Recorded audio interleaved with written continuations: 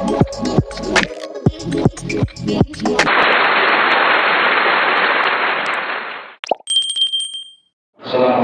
warahmatullahi wabarakatuh. Alhamdulillah, alhamdulillahirabbil alamin. Wa bi'asaihi ala umuri dunyati wa ala alihi wa sahbihi ajma'in.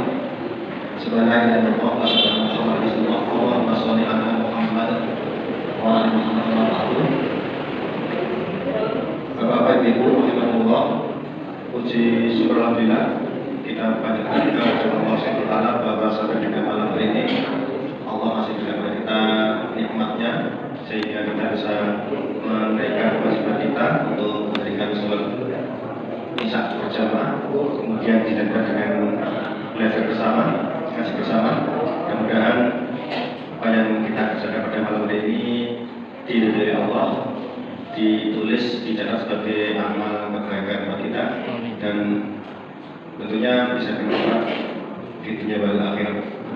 Bapak Rahimahullah, misalnya mundur di kota Jawa ini, padahal biasanya Jawa jaringan itu berpusat-pusat gitu, beramai nikah dari Jawa itu beragam Jawa ini. Ini pusat-pusatnya apa ya mungkin?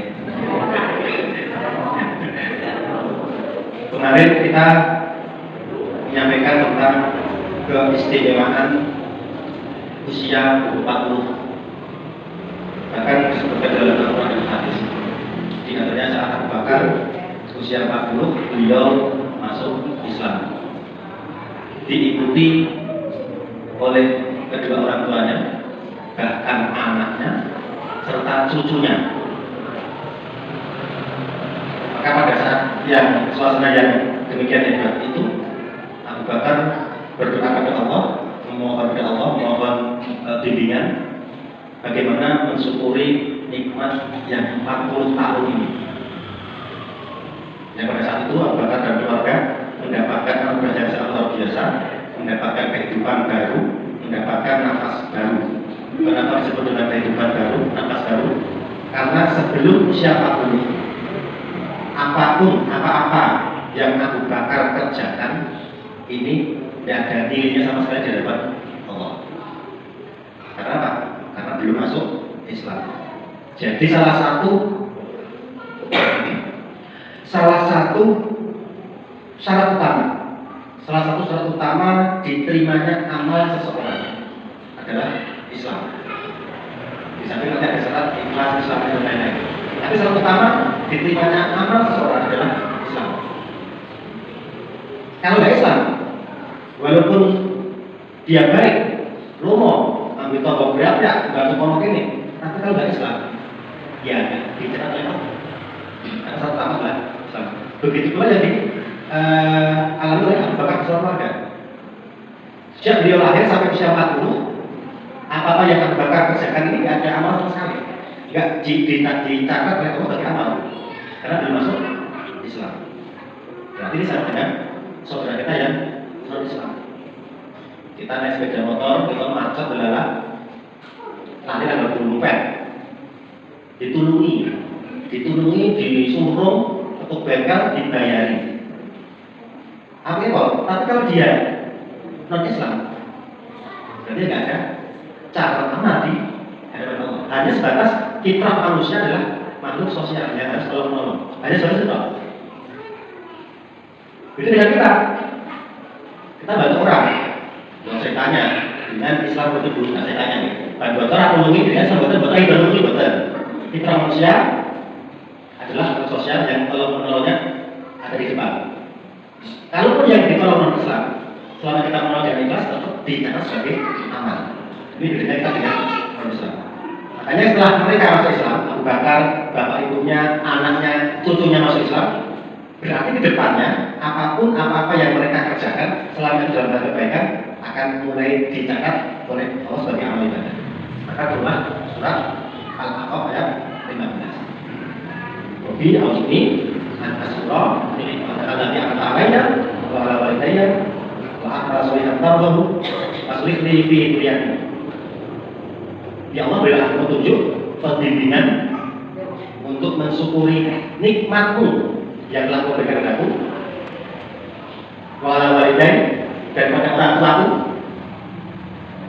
Wa amal sholihan dan amal kebaikan yang kau ridhoi. Jadi ada amal yang tidak diridhoi. Apa syarat amal yang diridhoi? Syarat ada dua. Syarat amal itu diridhoi perbuatan dari Allah ada dua. Yang pertama menjaga hubungan baik dengan Allah, abdun Allah. Yang kedua abdun minanas. Dua dulu. Abdun Allah menjaga hubungan baik dengan Allah juga ada dua. Satu menjaga perintahnya, dua menjauhi larangannya. Yang disebut dengan takwa. Jadi takwa ini satu apa? Intinya takwa itu ya menjalankan perintah, menjalankan larangan. Satu paket, nggak bisa dipisah. Kalau ada orang yang dia rajin beribadah menjalankan perintah Allah, tapi masih melanggar, ya sholat, ya puasa, ya haji, gitu, ya baik dengan tombol ini, ya tetap ya sudah toh. Ini sih, nyolong misalnya, sih, ngombe misalnya. Jadi berarti takwanya perlu ditanyakan. Karena takwa itu satu menjalankan perintah dan menjalankan larangan. Satu paket, nggak bisa dipisah-pisah. Alhamdulillah kita tinggal ngomong. Yang di luar sana banyak teman-teman kita itu, teman kita Islam. Cuman ketika ada kegiatan di luar kota itu tidak sholat, ya enggak. Biasa mereka enggak sholat, tapi orang ngerti. Nah, itu dibuat. Orang belum terlalu itu orang belum. Ini malah sholat. Nah, ini kan masih perlu dipertanyakan. Menjaga perintahnya ini biasanya dalam bentuk aspek spiritual. Misalnya sholat. Jadi sholat itu luar biasa bukan. Jadi jangan disepelekan. Ya. Yang pertama kali dihisab adalah sholat. Kalau sholat baik, seharusnya yang lain juga baik. Ini seharusnya. Karena apa? Kalau sholatnya benar, berarti segala aktivitas orang tersebut juga benar. Karena sholat itu tanda anifaksa dan munkar. Sholat mencegah perbuatan keji dan munkar. Tapi kan kalau orang itu sudah sholat, tapi ijib, sambil keleru, ngelesin HP, pokoknya biar untuk musik dari HP kan. Berarti apa? Ya sholatnya belum benar. Masih sebatas gugur kewajiban. Sebenarnya aku sholat. Sholat itu mau bilang. Ini berapa kali sholatnya? Sholat wajib Isya paling maksimal 5 menit. Yang di rumah sholat cepat. Bukti apa? Ibu-ibu loh diambil tombolnya. Ayo aku saya tak sholat diri. Sama diri. Itu tidak kayak lama dan ini merupakan amal yang pertama kali dihisab oleh Allah. Yang penting apa? Yang penting benar syaratnya, benar rukunnya, benar gerakannya, benar niatnya. Ingat bukan dulu saya sampaikan. Betul, sholat itu adalah yang pertama kali dihisab oleh Allah. Tapi tergantung niat. Karena dia adalah ibadah hati. Sholatnya sudah betul, gerakannya betul, badannya betul, syarat rukunnya betul. Tapi niatnya nggak betul, ya nggak jadi amal kebaikan. Makanya waktu sholat dia dijaga waktunya. Nanti uang sholat itu kita dipermudah. Sholat itu kewajiban kita. Perbedaan kita dengan orang kafir adalah sholatnya. Tapi sholat jangan dijadikan beban. Allah kasih mudah. Nah sholatnya dia tunggu, bilang, apa? Kasih itu dia mulai kafir. Turun, baik. Perjalanan juga dikasih waktu, dikasih apa? Kursus boleh dijaga. Jadi nggak ada alasan kita untuk menjalankan sholat. Makanya waktu sholat dijaga baik-baik. Nanti Allah akan berikan keajaiban. Misalnya orang yang mendekatkan diri kepada Allah dalam keadaan sakit misalnya, lorong, itu kemungkinan atau insya Allah akan diberikan keajaiban, dipercepat kesembuhannya. Bahkan ada penyakit yang mungkin mustahil sembuh, Allah bisa sembuhkan. Jadi dengan mendekatkan diri kepada Allah, masuk dengan sholat tadi. Kita dulu sering melihat kalau pas jamaah di masjid-masjid rumah sakit, di RSI, nah itu banyak yang sholatnya sambil terseduh-seduh, memohon betul pada Allah supaya yang keluarga yang dirawat segera sembuh. Bahkan kalau ada sakit biasa saya yakin juga biasa, tapi karena dia berdoa sholatnya dengan berseduh-seduh, saya yakin pasti parah. Jadi saat apa ini seorang hamba mendekatkan diri kepada Allah, insya Allah akan Allah berikan keajaiban. Ini ya jangan pas lorong, soalnya kebanyakan kita dunia. Hari biasa, insya masjid boleh makan masjid boleh biasa saja. Ini kalau pas masuk angin, kaki menurut sambil berdodok, nyebut nama Allah. Ini kalau nggak bisa kan saling naik, gitu. Biasa kita. Jadi Allah akan berikan keajaiban. Bahkan secara medis mustahil Allah bisa kasih kesembuhan. Jadi obat ada dua, kemarin kita sampaikan obat ada dua, ada dua itu yang disebut dengan dawa. Dikuli dawa, setiap penyakit ada obatnya, tidak mau kecuali kematian. Jadi sakit itu kalau kita telusuri, sakit apapun kita telusuri, kita akan obat kita. Orang-orang dokter yang pandai-pandai ya, tidak ada kalau kita nggak bisa. Diteliti, ditelusuri, dipelajari, akan ditemukan obatnya itu dapat. Dan yang sering menimpa bapak-bapak, kalau ada, kenapa pak? Sakit apa? Ada kepala, semua pusing. Mungkin apa? Obat ini gambarnya sana-sana, budek, kakakku, parang, mas kadon, nasko, gambarnya sana-sana.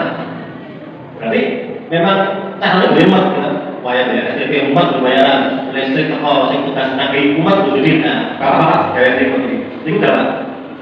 Tapi ada kondisi tertentu, medis itu nggak bisa ngatasi. Misalnya sakit iri, hati kita sudah kita sembuh juga. Iri hati, dengki, serai, nah itu nggak bisa disembuhin dengan obat dawa tadi. Kalau boleh tugas kulkasanya, hanya kita nggak masalah. Dengan bisa beli obat cuma tambahnya alatnya kok. Sesuatu dari efek, soalnya anak meleleh hati. Itu penyakit hati yang obatnya disebut dengan sifat. Kalau dawa itu fisik kita. Kalau sifat itu lebih ke hati. Dan sifat itu pun juga berlaku untuk penyakit yang medis yang belum ditemukan obatnya. Kemarin kita contohkan kisah Nabi Zakaria dalam Al-Quran yang dia belum punya keturunan, dia mendekatkan diri kepada Allah, memohon kepada Allah, baru kedekatan yang lebih dekat lagi dengan Allah, akhirnya Allah mengabulkan dan memberikan dia keturunan. Ada juga Nabi Ayub, ini ada di Al-Quran Al-Anbiya 834. Jadi Nabi Ayub itu dia orang kaya, Pak. Orang kaya sudah berduduk, bodohnya akeh, lemah ombok, ternaknya keluar, terus suka pokoknya, suka berduduk. Kemudian Allah menguji, jadi Nabi Ayub itu termasuk Nabi yang kesabarannya luar biasa. Allah menguji dengan mengambil semua hartanya, diambil semua hartanya, kemudian dia dikasih penyakit sekutu-kutunya, nggak ada yang luput dari sakit kecuali bibir dan hati. Dan dengan bibir dan hati dia terus berpikir pada Allah. Dengan penyakit tersebut, teman-temannya, teman sejawat, tetangga, saudara, ini jijik gila, takut ketularan. Akhirnya apa? Nabi Ayub dibuang, disingkirkan, diasingkan di luar kota, ditemani oleh istrinya. Nah, karena nggak punya uang untuk makan, karena harus melarat, gitu. Istrinya bekerja, buruh ke orang lain, dibayar, berikan makanan untuk makan mereka berdua. Begitu terusnya, sampai orang yang bekerja tahu bahwa ini adalah istrinya Ayub. Wes kayak lagi, kau yang begawi, tidak ketularan. Istrinya Ayub bersama istri nyari kerjaan, nggak ada yang mau. Akhirnya apa? Dia rambutnya kepak dua. Dia jual satu kepak, jadi dipotong, jual, diberikan makanan untuk makan. Kemudian besoknya lagi kan kerjaan apa? Dijual lagi ya satunya, sampai dia apa? Gundul.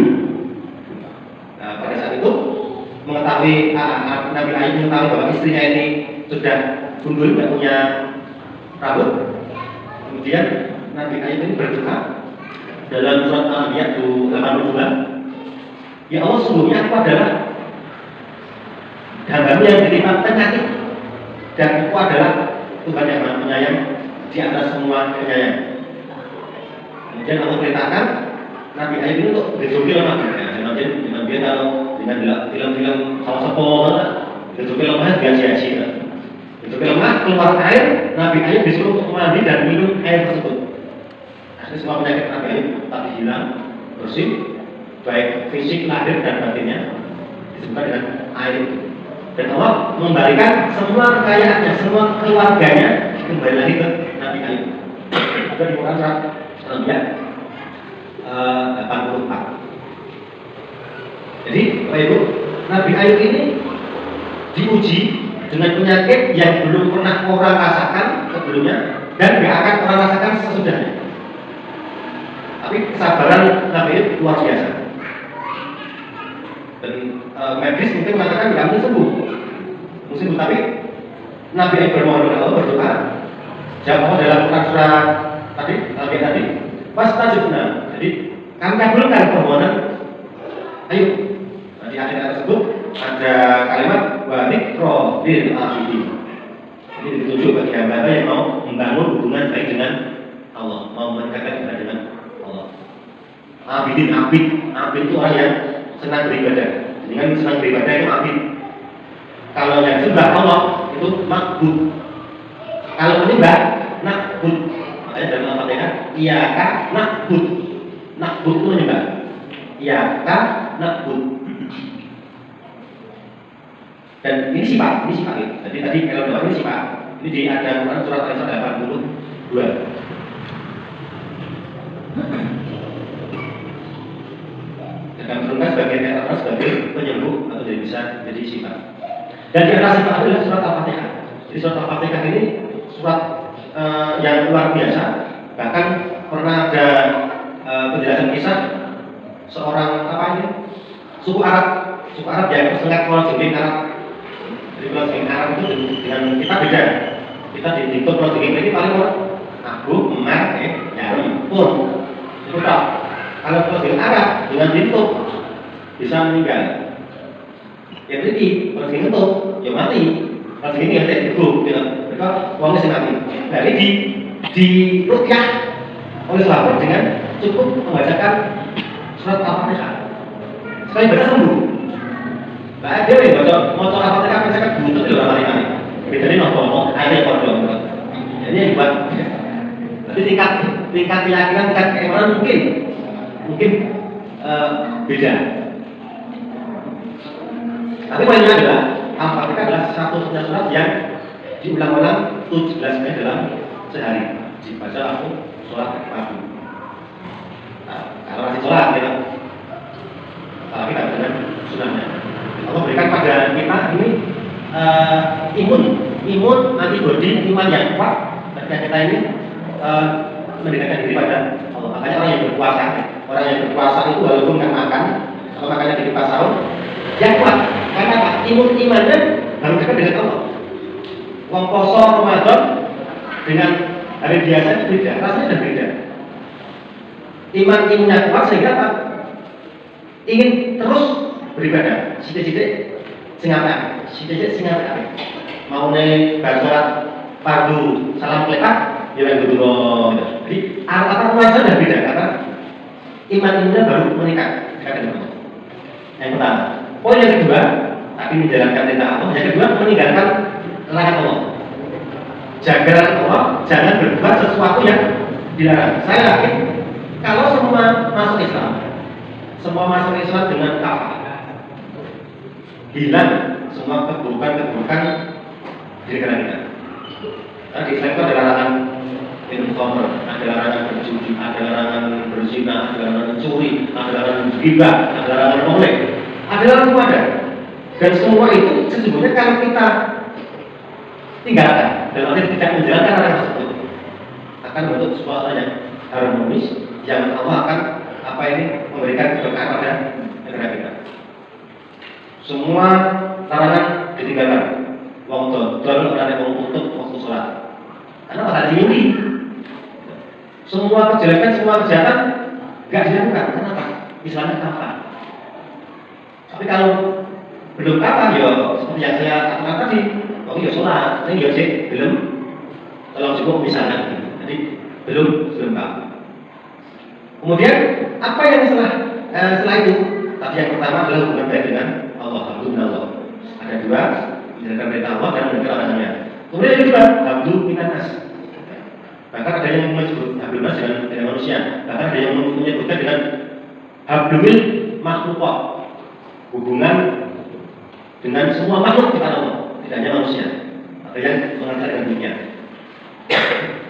Dan yang diutamakan bukan yang jauh-jauh dulu. Wa halal walidain. Ada orang tua dulu. Orang tua yang dekat dulu. Ini jalur ke atas. Kemudian Wasrifi Duriati pada keturunan anak cucu. Ini jalur ke bawah. Jadi bisa digambarkan apa ini? Globina nas tadi adalah seperti tanda plus. Naiknya orang tua, bawahnya anak cucu, kanan kiri pada orang lain atau makhluk lain. Jadi ini kalau kita lakukan, kita jaga dengan baik, maka jaminan Allah akan memberikan jaminan yang terbaik di fase yang setelah umur 40 tahun ini dan terjaga sampai akhir. Yang terakhir, ini betul ilaika wa ini minal muslimin. Ya Allah, aku bertobat padamu. Tobat itu bila kita praktekkan secara nyata, kita mau bagi tobat itu. Tobat itu aku sebenarnya sebenarnya itu kan. Jadi tobat itu lebih ke evaluasi dan introspeksi. Bila ada salah keliru, berarti kita evaluasi, kita introspeksi. Terus ya orang digali. Kita perbaiki baik dari belum Allahnya. Kalau ada ibadah kita yang makbah pertama, yang salah, yang belum pas, kita evaluasi, kita introspeksi, kita betulkan. Kalau ada yang tidak betul dengan abdulnasnya, dengan kedua orang tua, apalagi dengan anak cucu, dengan paruh, dengan kanan kiri, dengan orang lain, juga kita perbaiki. Mohon maaf kalau ada salah, tapi jangan di masyarakat itu wong di Napura, ambil wong ini setelah lisan itu kayak angin, juga pernah bilang kayak angin. Tapi jadi saya kata ini belum butuh Napura tuh, sebenarnya tidak diambil, yang terbaik. Jadi hablu namanya baik, hablu minasa juga baik, insya Allah ini akan jadi modal bahwa aktivitas kita, kegiatan kita ini akan diridhoi oleh Allah.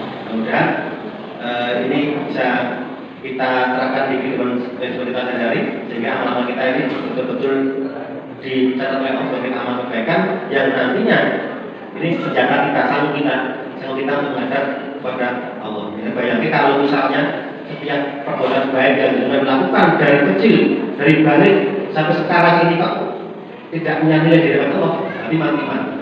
Kita tidak punya bekal sama sekali. Padahal yang dibawa itu hanya itu yang dipertanggungjawabkan.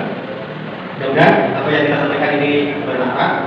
Mohon maaf bila ada kesalahan kekurangan. Kita tutup untuk pertemuan pada malam ini dengan bacaan hafal atau tulis.